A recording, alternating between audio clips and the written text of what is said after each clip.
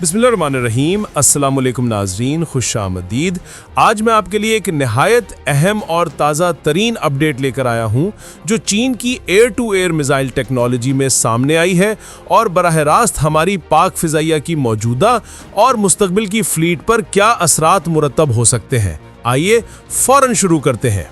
हाल ही में एक मारूफ चीनी डिफेंस चैनल के पॉडकास्ट में एक मिलिट्री एनालिस्ट ने तस्दीक की है कि जिस PL-15 के एयर टू एयर वर्जन की प्रोडक्शन लाइन चल रही थी उसे बंद कर दिया गया है और इसी प्रोडक्शन लाइन पर अब PL-15 का एंटी रेडिएशन वर्जन बनाया जा रहा है।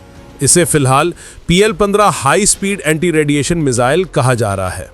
बुनियादी तौर पर यह वही किस्म का high speed anti radiation missile है जो अमरीकी AGM-88H हार्म की तर्ज पर काम करता है। यानी PL-15 का एयर टू एयर वर्जन अब नहीं बनाया जा रहा, बल्कि इसी नाम के तहत अब एक एंटी रेडिएशन मिसाइल की प्रोडक्शन शुरू हो चुकी है। तब्दीली की वजह बताई जा रही है कि चीन अपनी तवज्जो अगली नस्ल के एयर टू एयर मिसाइल्स खुसूसन PL-6 सीरीज की तरफ मरकूज कर रहा है और हमने हाल ही में PL-66 के बारे में भी तफसील से बात की थी। भारत और अमेरिका PL-5 जैसी टेक्नोलॉजीज तक रसाई हासिल करने की कोशिश कर रहे हैं और चीन खुद PL-66 सीरीज की तरफ शिफ्ट हो रहा है। अब आपके जहन में सवाल उठता होगा कि PL-6 दरअसल क्या है और इसकी खुसूसियात क्या है। मुख्तसरन PL-6 बुनियादी तौर पर एक हल्का वजन, तेज और इंतहाई मानोवर करने वाला एयर टू एयर मिसाइल समझा जाता है। इसे PL-5 और PL-6 के दरमियानी जुमरे में रखा जा रहा है, मगर वजन कम रखा गया ताकि छोटे फाइटर्स को भी मौसर अंदाज से निशाना बनाया जा सके। PL-5 के पुराने वर्जन्स निस्बतन भारी थे और बड़े आहिस्ता तैयारों के खिलाफ ज्यादा कारगर थे, मगर PL-6 और PL-15 के जदीद वर्जन्स में वजन कम रखने की वजह से ये छोटे, तेज और इंतहाई मानोवरेबल एयर टू एयर मुकाबलों में ज्यादा मौसर साबित हो रहे हैं, खासतौर पर डॉग फाइट्स और छोटे फाइटर्स के खिलाफ। इस तब्दीली का मतलब हमारे लिए ये हो सकता है कि मुस्तकबिल में फिजाई हर्ब में छोटे, तेज और मानोवरेबल तैयारों के खिलाफ जद्दोजहद में एक नया मंजरनामा सामने आएगा। मगर PL-15 का एंटी रेडिएशन वर्जन बनने से भी एक और अहम बात वाज़ेह होती है कि चीन अपने ऑपरेशंस में रेडार और एयर डिफेंस नेटवर्क्स को निशाना बनाने पर ज़्यादा जोर देना चाहता है। एंटी रेडिएशन मिसाइल्स का मकसद दुश्मन के रेडार सर्च, ट्रैकिंग या कमांड एंड कंट्रोल रेडार्स को खामोश करना होता है, जिससे ऑपरेशनल आज़ादी हासिल होती है, यानी दुश्मन का चश्मा बंद करके एयर स्पेस में बासानी हरकत की जा सकती है। ये हकमत अमली इस बात की अलामत है कि चीन क्लस्टर्ड एयर डिफेंस नेटवर्क्स को कमज़ोर करके अपनी ऑफेंसिव और डिफेंसिव सलाहियतों को बेहतर बनाना चाहता है। इसी पसे मंज़र में PL-6 सीरीज़ की तरफ शिफ्ट इस बात की अलामत भी है कि वो छोटे, तेज़ और मानोवरेबल फाइटर्स के खिलाफ ज़्यादा मौसर हल तैयार कर रहे हैं।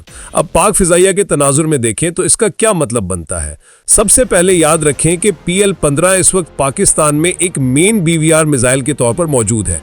अगर PL-15 air to air version की प्रोडक्शन कम हो जाए तो कलीलुल मुद्दत में BVR सलाहियत पर असर पड़ सकता है, मगर ये बात ऐन मुमकिन है कि चीन मुतवाज़ी तौर पर PL-6 जैसे जदीद और हल्के वर्जन्स भी ऑपरेशनल कर रहा होगा, जो कि कम फासले और डॉग फाइट में ज़्यादा कारगर होंगे। अगर चीन PL-15 के बजाय PL-15 एंटी रेडिएशन वर्जन बना रहा है तो इसका मतलब ये भी हो सकता है कि वो हवारीबाजी के मुस्तकबिल के ऑपरेशंस में रेडार को खास हदफ बनाकर एयर डिफेंस नेटवर्क्स को खामोश करने पर जोर दे रहा है। इससे जंगी हकमत अमली में एक तब्दीली वाज़ेह होती है। अब रोमानिया के हालिया दौरे और पाक फ़िज़ाइया के सरबराह के इस दौरे का जिक्र भी ज़रूरी है। ISPR की प्रेस रिलीज के मुताबिक ये दौरा तरबियत, जॉइंट एक्सरसाइजेज और पायलट ट्रेनिंग में बाहमी ताउन बढ़ाने के मकसद से किया गया था। सोशल मीडिया पर यह क़यास आराइयाँ की गईं कि क्या ये दौरा F-16 की खरीदारी के सिलसिले में था। हकीकत में रोमानिया नेटो मेंबर है और उनके पास तकरीबन 70 के आसपास F-16 फ्रेम्स हैं, मगर वो अमूमन सेकेंड हैंड और सर्विस लाइफ के आखिरी हिस्से में होते हैं। ऐसे सेकेंड हैंड फ्रेम्स की मेंटेनेंस और अपग्रेड लागत अक्सर फ़ायदा कम कर देती है। लिहाजा कराची, लाहौर या इस्लामाबाद में बैठकर फौरन ये नतीजा निकालना कि रोमानिया के दौरे का मकसद F-16 खरीदना था, दुरुस्त नहीं। मौसिक रिपोर्ट्स के मुताबिक ये दौरा बुनियादी तौर पर तरबियती तबादले और तजर्बात के इश्तराक के लिए था, खास तौर पर इसलिए कि पाक फ़िज़ाइया ने गुज़श्ता दहाई में चीनी और वेस्टर्न दोनों सिस्टम्स के साथ काम करने का नायाब तजर्बा हासिल किया है। पाक पायलट्स ने F-16, JF-17, J-10 और दूसरे तैयारों के साथ काम करके कीमती तजर्बात हासिल किए हैं और यही तजर्बात दूसरे ममालिक के लिए कीमती हैं जो पाकिस्तानी पायलट्स की तरबियत और टेक्निकल महारत से फायदा उठाना चाहते हैं। वो ममालिक जो सेकेंड हैंड F-16 फरोख्त करते हैं, कभी कभार बेहतर हालत वाले फ्रेम्स दूसरे जराए से भी मिल जाते हैं, जैसे बहरीन, इराक या बाज़ औक़ात तुर्की। मगर हर सूरत खरीदारी से पहले मुकम्मल तकनीकी और माली जांच जरूरी है। आलमी सतह पर मल्टी डोमेन ऑपरेशंस और किल चेन के तस्वुरात मकबूल हो रहे हैं और हर जदीद फिजाइया इन तस्वुरात को अपना रहा है।